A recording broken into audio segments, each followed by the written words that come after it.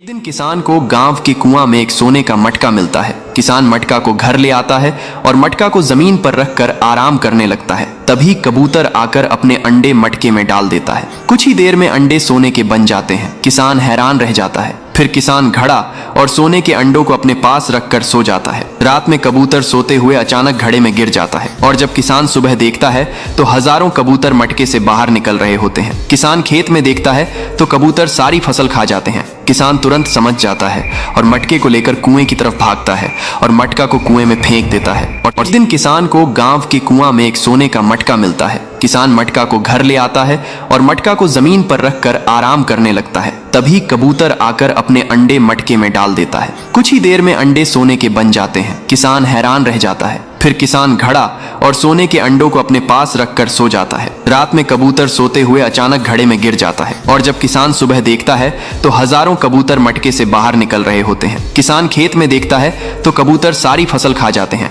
किसान तुरंत समझ जाता है और मटके को लेकर कुएं की तरफ भागता है और मटका को कुएं में फेंक देता है और सब पहले जैसा हो जाता है। फिर भी किसान रोने लगता है क्योंकि लाइक सब्सक्राइब नहीं किया।